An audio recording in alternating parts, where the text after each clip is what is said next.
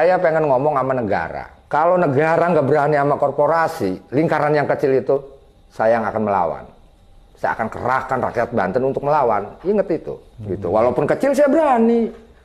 Gitu. Lah harusnya kan negara yang punya alat, apa bahasa elitnya alat tuh? Instrumen. Instrumen. Gitu.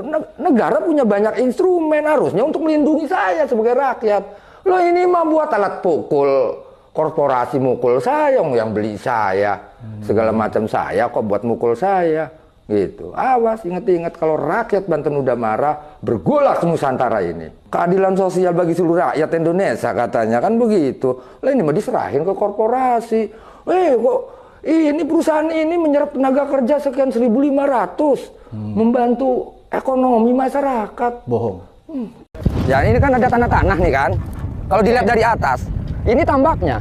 Nah kemudian ini dibuat suratnya. Kalau udah dibuat suratnya pasti dijual. Lah penampungnya siapa? Ini yang masih harus dipastikan lagi ya Pak Khalid ya. Lah iya maksudnya gini, kalau ini udah menjadi informasi, harusnya negara hadir dong. Ya, tapi selama ini tidak ada. Lah ya buktinya kenyataannya. Kalau dari teman-teman nelayan atau mungkin masyarakat lain ya, sudah pernah melakukan pelaporan Bu? Ke DKP provinsi sudah. Dan responnya seperti apa? Responnya iya, saya juga udah tahu dan memang udah sidak. Dan ini adalah melanggar. Kok ini seperti negara sudah dicaplok oleh korporasi gitu kan? Takut amat gitu, udah jelas ini adalah pelanggaran. Kok masih disegel-segel? Namanya nelayan itu ya, salah sesuatu sedikit aja di laut, itu udah ditangkap. Lah ketika ini kaitannya dengan sesuatu yang besar gitu kan, pemodal besar, lah ini kok seperti takut-takut. Cari apa lagi? Udah jelas melanggar, tangkap, cabut. Saya begini marah emosi nih ya, ampura ya. Saya tidak ingin dikelola oleh korporasi-korporasi. Kalau saya dikelola oleh korporasi, sampai kiamat kita ini akan miskin terus. Modelnya ya begini nih, bikin miskin. Kalau negara nggak berani ngelawan korporasi, saya yang akan melawan. Dan saya akan pimpin masyarakat Banten untuk melawan korporasi itu. Sudah siap nelayan untuk... Sudah siap, saya nyatakan dengan jelas ini. Sempat ada intimidasi tidak sih? Kalau intimidasi mah ya sering. Setiap orang mengatakan atau menyoteng atau ini pasti ada yang telepon, ada yang dipanggil. Apa isi telepon dan juga panggilannya itu mungkin bisa diinformasikan? Lah misalnya udahlah jangan ngurusin hal-hal itu urusan orang gede, orang kecil nggak boleh ikut-ikutan. Ada peringatan dan juga ancaman? Iya, misalnya kalau istilah ada... Kita sambil ke sana Pak Khalid. Jadi memang betul ada ancaman bagi... Iya, ya pasti ada yang nelpon. Lid, kamu jangan ngomong kenceng-kenceng lah. Ya cuman kan kalau saya... Ancaman yang paling serius yang pernah mungkin... Yang terjadi ke saya, kalau ancaman ke saya, ada nomor telepon, masuk nomor telepon baru. Dengan siapa nih? Nggak perlu kenal. Ya udah gini aja saya mau bilang, kamu jangan macam-macam ngomong urusan pagar laut segala macam, urusan pengurugan tanah segala macam katanya. Kamu bisa bahaya kamu. Kasihan anak istri kamu. Dan tidak mengakui itu dari pihak mana ya? Nggak mengakui dari pihak mana. Oke. Ketika saya telepon kembali, udah nggak aktif. Gitu. Baik. Saya kali ini ingin bertanya kepada Pak Gibran. Apa target pencapaian Pak Gibran pada tahun 2020? Kesehatan, ekonomi, atau yang lain-lain?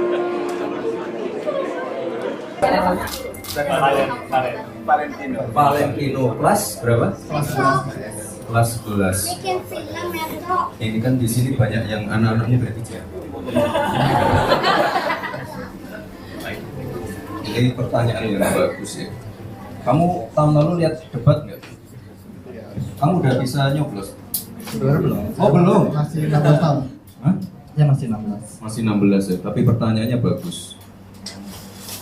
Beberapa hari ini dan beberapa hari ke depan saya ingin mengunjungi gereja-gereja yang sedang merayakan ini acara Natal untuk anak dan remaja. Kebetulan hari ini di Wahid Hasyim ini.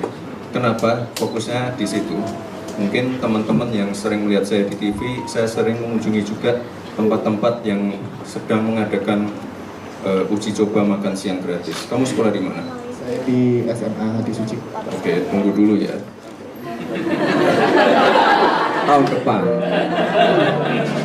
Kenapa kita pengen fokus ke anak-anak, remaja? Karena kita nanti dapat bonus demografi. Tahu bonus demografi? Jadi nanti Indonesia isinya anak-anak muda produktif semua. Jadi ini kesempatan Indonesia untuk menuju Indonesia emas, kesempatan kita untuk jadi negara maju karena isinya anak-anak muda semua seperti kamu, Valentino, dan teman-teman yang ada di sini. Apa saja kiat sukses untuk generasi muda di masa depan yang dimana nanti kita akan di beberapa tahun kemudian nanti kita akan melewati, mengalami dan mendatangi masa itu. Jadi mohon tipsnya kepada Mas Gibran atas kiat sukses untuk generasi muda di masa depan. Wassalamualaikum warahmatullahi wabarakatuh. Pertanyaannya general sekali. Pokoknya belajar yang rajin. Besok ujian kan, belajar. Dah, sama nurut sama Pak Kiai, dah 2 itu cukup ya. Itu oleh orang-orang dari tengah. Pemerintah pun seakan-akan nggak tahu mau bagaimana nasib kita. Mereka kata betul nggak Bu? Ya kan? Sekarang kita suarain bagaimana Mas Gibran punya sesuatu untuk kita yang akan kita dengar dan kita rekam bersama-sama. Saya akan langsung ke Mas Gibran untuk menyampaikan apa yang seharusnya kami dengar. Dipersilakan. Di sini ada berapa kakak? Total 4.000-an. Berapa ya? 4.000-an kakak ya. Oke. Enggak, nanti setelah saya pulang dari sini nanti ada yang membantu ya. Bapak Ibu, yang penting Bapak Ibu sehat semua. Pilihan beda boleh, yang penting Bapak Ibu rukun semua, sehat semua ya. Terima kasih. Wassalamualaikum warahmatullahi wabarakatuh. Segitu aja Mas Gibran, jauh-jauh dari Solo. Mas, apa rencananya Mas untuk menstabilkan harga ini? Temen ya? Enggak, aku akhir tahun kan memang harganya lagi naik semua nih Bu ya. Kan insya Allah awal tahun udah stabil ya. Nah, ini dari sisi konsumen ini. Ya Pak.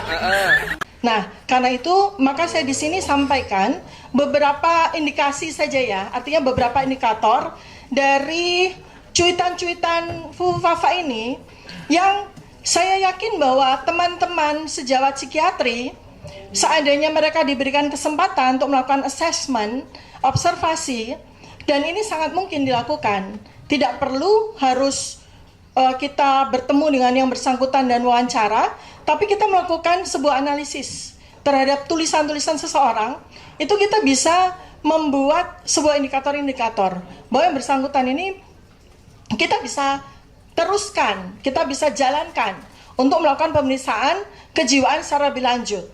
Saya berikan contoh 2 saja untuk pengetahuan kepada bapak-bapak dan kepada kita semua. Ada 2 yang jelas ini menunjukkan adalah sebuah gangguan jiwa tipe ya, schizophrenia, tipe schizophrenia ya.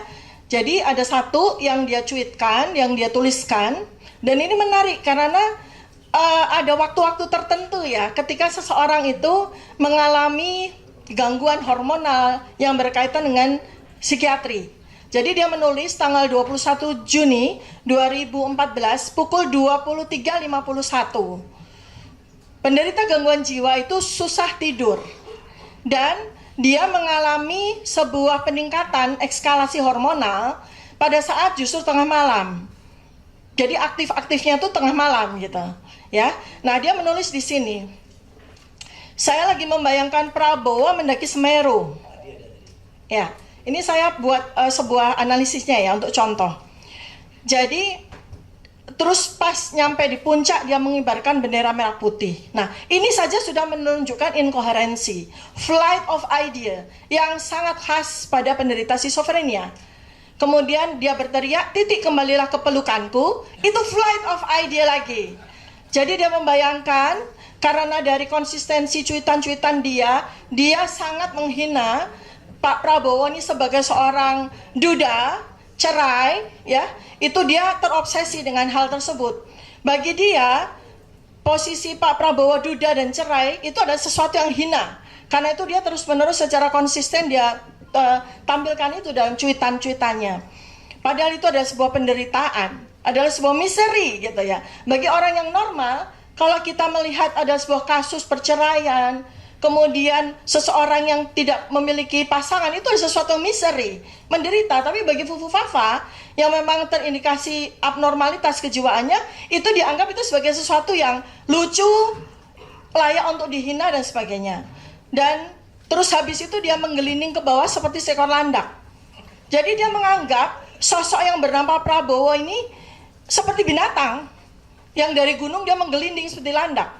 Pas nyampe di bawah, dia langsung membeli jagung bakar. Flight of idea lagi. Ketika dia sedang membayangkan gunung, dia membayangkan Prabowo menggelinding dengan lucu, lalu kemudian dia langsung flight of idea, ingat bahwa di puncak itu ada orang jualan jagung bakar. Jadi dari Semeru dia ke puncak, seperti itu ya. Nah ini banyak sekali simptom-simptom schizophrenia itu muncul. Satu lagi yang saya temukan, ini menarik sekali. Dari cuitan dia yang dia lakukan 19 Juni 2014 pukul 22.21. Pada saat kita mau berangkat tidur dia malah aktif ya. Nah, dia menuliskannya begini. Garuda merah adalah burung yang sedang mengalami menstruasi. Dari kalimat ini saja sudah aneh ya. Garuda merah itu berarti dia sedang mengimajinasikan logo dari suatu partai tertentu. Garuda merah ya. Burung yang sedang menstruasi, kok bisa menstruasi? Flight of idea-nya dia itu mendisosiasikan merah dengan menstruasi. Kan ini aneh ya. Garuda merah, burung sedang menstruasi. Segera beli pembalut biar nggak bocor. Kita mengasosiasikan bahwa seseorang yang pada waktu tahun 2014 itu sering sekali menyebutkan bocor adalah Pak Prabowo pada saat kampanye pada waktu itu ya. Jadi dia membuat itu sebagai sebuah fantasi yang delutif sifatnya, bersifat waham sifatnya ya. Tapi kalau beli pembalut jangan di malam hari, nah ntar bisa diculik kampret. Nah kita kan ingat ya waktu itu ya, kampret kadrun dan sebagainya kan. Terus yang lucu, oh nasibku, saya tidak tahu apa itu TPID. Tiba-tiba dia ke TPID, coba tanya atasan saya, ya kan? Langsung di kalimat berikutnya, kuda-kudaku yang lucu, oh Fadlizonku yang makin bulat. Nah tiba-tiba dia ingat sama Pak Fadlizon. Terus kalimat berikutnya lagi, buku adalah jendela dunia, tabloid obor rakyat adalah apa ya? Nah bingung dia. Nah terus saya tiba-tiba lagi di dalam kalimat berikutnya, saya pengen belusukan ke pasar, tapi kuda saya nggak boleh ikut. Tiba-tiba dari buku, dari Fadlizon yang bulat, tiba-tiba buku, belusukan ke pasar, tapi kuda saya nggak boleh ikut. Dia mengasosiasikan lagi dengan Prabowo yang menyukai kuda, ya kan? Terus besok ya debat cawapres aja kan? Ya udah, saya tidur di rumah aja. Kalimat berikutnya, bingung mau ngirim cendol ke siapa? Kirim ke saya saja ya. Coba dari satu paragraf aja jelas menunjukkan sebuah kompleksitas kejiwaan yang ini kalau kita baca ribuan kalimat-kalimat yang dia cuitkan, kurang lebih 5.000 ya, yang sudah dihapus ada 2.100, kita akan jelas bisa melakukan penegakan diagnosis seseorang ini menderita schizophrenia jelas.